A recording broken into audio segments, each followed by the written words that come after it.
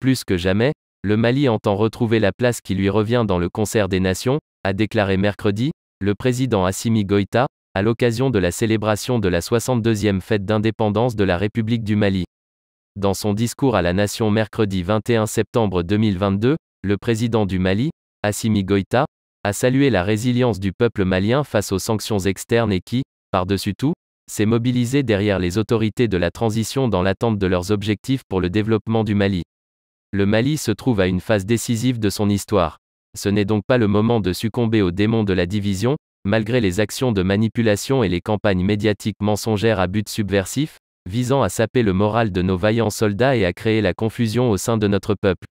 Rappelons-nous, l'union nous a toujours permis de triompher sur l'adversité, alors que la division a donné à nos ennemis la possibilité d'avoir la victoire sur nous, a déclaré le président Assimi Goïta.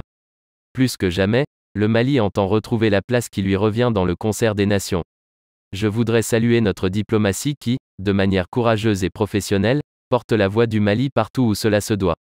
Je voudrais également remercier tous les partenaires qui accompagnent notre pays dans la lutte contre les groupes armés terroristes et pour la restauration d'un État démocratique.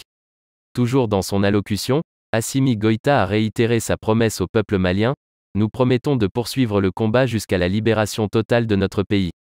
Pour atteindre nos objectifs militaires, le gouvernement a, au cours des derniers mois, acquis et mis à la disposition de nos forces armées des équipements de dernière génération.